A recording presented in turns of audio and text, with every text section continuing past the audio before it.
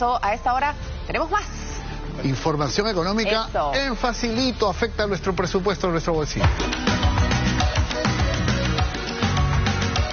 Y estamos con Paola del Carpio, economista, para hablar de un tema que nos preocupa siempre y queremos explicarlo en Facilito. Usted seguro va a atenderse a un hospital o tiene a un familiar enfermo, hospitalizado, y le entregan un papelito y le dicen tiene que surtir esta receta urgente porque si no, no podemos atender, se puede morir su paciente. Y usted se pregunta por qué, si tengo si tengo salud, ¿por qué los hospitales del Estado no tienen medicinas? Paola nos va a dar la respuesta. ¿Cómo estás? Buenos días. Hola, buenos días, Lorena. Sí, en efecto es una preocupación. Hemos visto que no se está usando todo el presupuesto para la compra de medicinas y esto implica que no hay tantas medicinas en las farmacias, ¿no? Entonces veamos un poco qué es lo que ha ocurrido. Ok.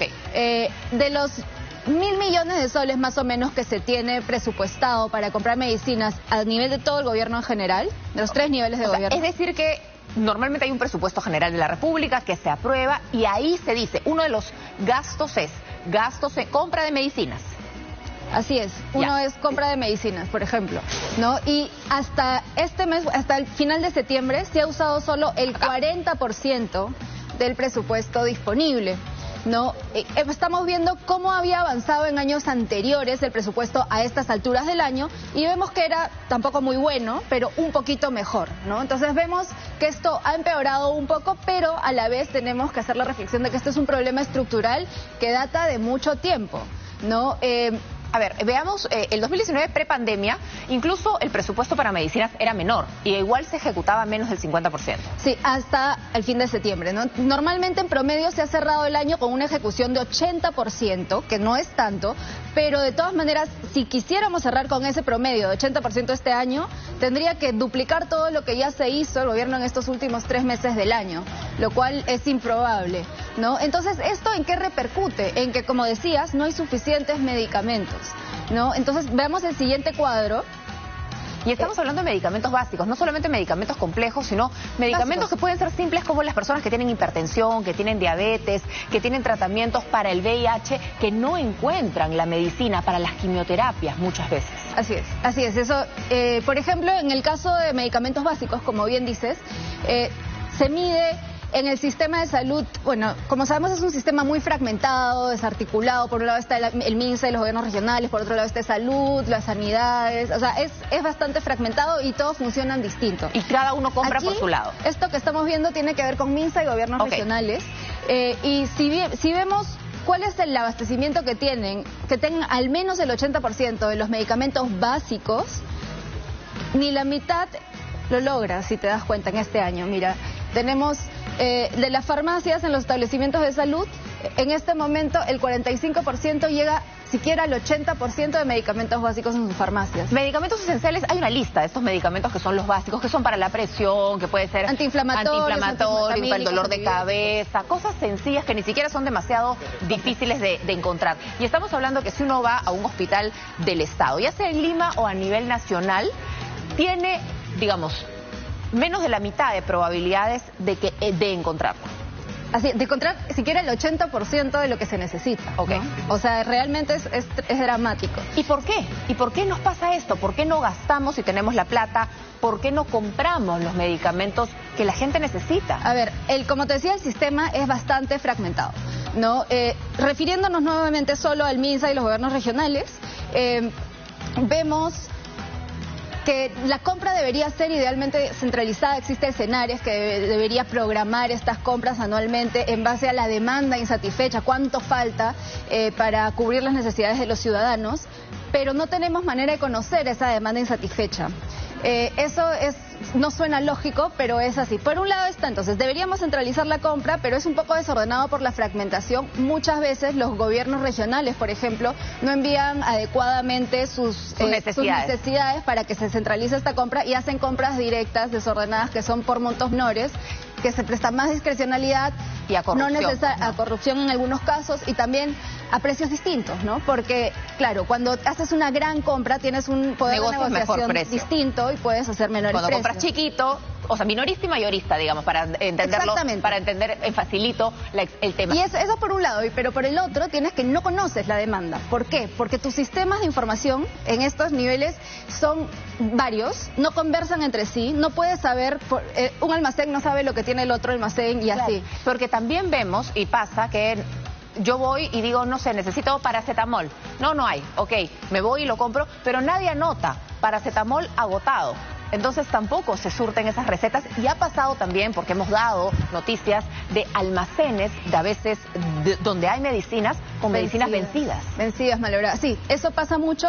Y porque también, a ver, tenemos este indicador que nos dice cuántos medicamentos hay en el almacén, en el mejor de los casos, pero no sabemos si eso, no tenemos manera de rastrear si esos medicamentos llegan efectivamente a la persona a la que se le recetó. Entonces veamos qué pasa con las personas. Entonces, pasamos al siguiente cuadro.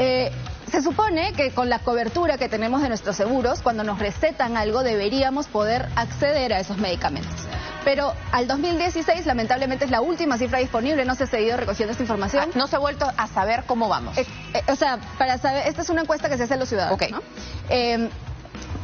El 54%, 5 de cada 10 ciudadanos que se atendían en la red Minsa-Gore, que son gobiernos regionales, el Gore, solo 5 de cada 10 llegaba a acceder a esos medicamentos en la red de salud que los atendía cuando se los recetaba. Medicamentos esenciales. Medicamentos, sí. 5 de cada 10. En salud mejora un poco, es de 86% en general. Ahora, en salud hay un caso muy particular específicamente para Lima y Callao, donde no ocurre esto que te decía, que hay varios sistemas y que no se conoce la demanda. En ese caso particular, ¿qué se ha hecho? Se ha contratado una asociación público-privada, se tiene un operador logístico que es capaz, que con un sistema, de conocer por un lado qué medicamentos se recetan y por el otro qué se tiene y qué no se tiene en los almacenes y repartir de un lado a otro. Pero aquí, lo cual suena lógico, pero solo ocurre en el caso de pero estamos hablando de salud, que por cierto depende del Ministerio de Trabajo, ¿no? Están los trabajadores, aquellos que son formales, y en verdad estamos hablando de la minoría o aquellos jubilados, ¿no? Que tienen acceso a una pensión. Las personas más desprotegidas. Pero las más desprotegidas, las más vulnerables, las que tienen menos ingresos, porque lamentablemente en nuestro país los que van a la atención pública no son aquellos que tienen para pagar la salud privada, sino los que no les queda otra opción. Y son estos los más desprotegidos. Así es, lamentablemente es así. Y ¿en qué viene esto? Bueno, estamos hablando en este momento de medicamentos, pero sabemos también que hay todo un problema para conseguir citas, ¿sabes? Es un sistema complejo, ¿no? Y esto cómo afecta a los ciudadanos, veamos el siguiente cuadro, y es que las personas eventualmente deciden, tengo un problema de salud, voy a la farmacia y me compro algo. Me automedico. ¿Para qué voy a ir que el farmacéutico, a un sistema de salud que no me atiende bien, que el farmacéutico no me da me recete? Medicamentos? Sí, entonces eso vemos que pasa hasta el 2020 en el 55% de los casos. Y esto ya antes de la pandemia había estado empeorando. Para entender, ¿no? ¿A qué lugares se dirigen las personas que tuvieron problemas de salud si no están yendo, como tú dices, a los hospitales? Claro, o sea, algunos, por supuesto, van, ¿no? O sea, tienes personas que tengo un problema de salud, lo primero que hago es ir al primer nivel a un centro de salud, ¿no? A un hospital, a un consultorio, a una clínica. Pero la gran mayoría primero acude a una farmacia directamente y sí, tienes este problema de automedicación que trae también sus riesgos para la salud, pero por otro lado los riesgos financieros para las familias. Porque es que te trae esto, gasto, cuando supuestamente tienes una cobertura de seguro, te trae un gasto de bolsillo. En el año 2019, los peruanos gastamos más de 4.000 millones de soles solo en medicamentos. 4.000 millones de soles solo en medicamentos. De nuestro bolsillo, nada del Estado, solo de nuestro bolsillo. Y eso me imagino que es un gasto altísimo. ¿Comparable con qué, por ejemplo? ¿En qué gastamos tanto o parecido? ¿En educarnos, en movilizarnos? O sea, por ejemplo, hemos gastado en general en salud, para tener una idea, 11.000 millones. Okay. Y de eso el 40% es medicamentos. Es el gasto más fuerte que tenemos cuando gastamos en algo de salud. Cuando se habla de la necesidad de la salud preventiva, no necesariamente llegar a la medicina, sino a ese tratamiento preventivo. Y me imagino que es un problema porque además en esa farmacia o en esa botica el precio no necesariamente puede ser el que uno podría acceder con un medicamento gratuito.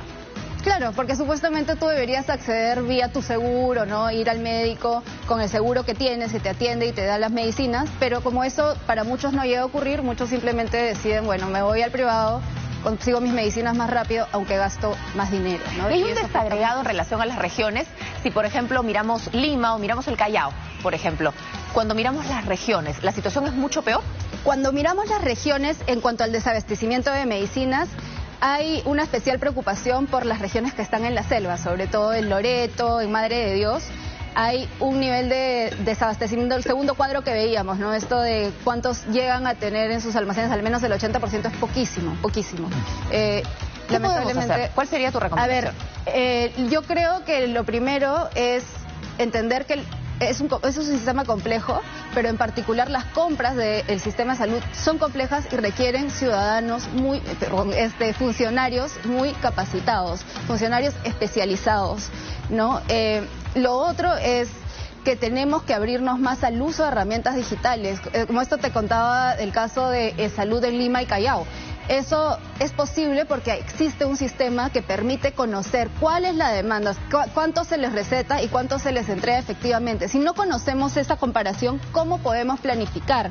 En este momento se programa solamente en base a la historia, pero deberíamos programar en base a nuestras necesidades reales, ¿no? Eso implica abrirnos más al uso de la información, a la tecnología, historia clínica electrónica, por ejemplo. Muy bien. Muchísimas gracias, Paola, por haber estado con nosotros esta mañana. Así que ya lo sabe, espero que les haya quedado un poco más fácil por qué nos cuesta tanto encontrar medicamentos en los hospitales del Estado y, como sabemos, lamentablemente afecta a aquellos más vulnerables. Gracias, Paola, por estar aquí. Nos reencontramos la próxima semana con otro tema para explicarlo en facilito. Nosotros hacemos una pausa y atención, vamos a regresar con una interrogante. ¿Qué tan fácil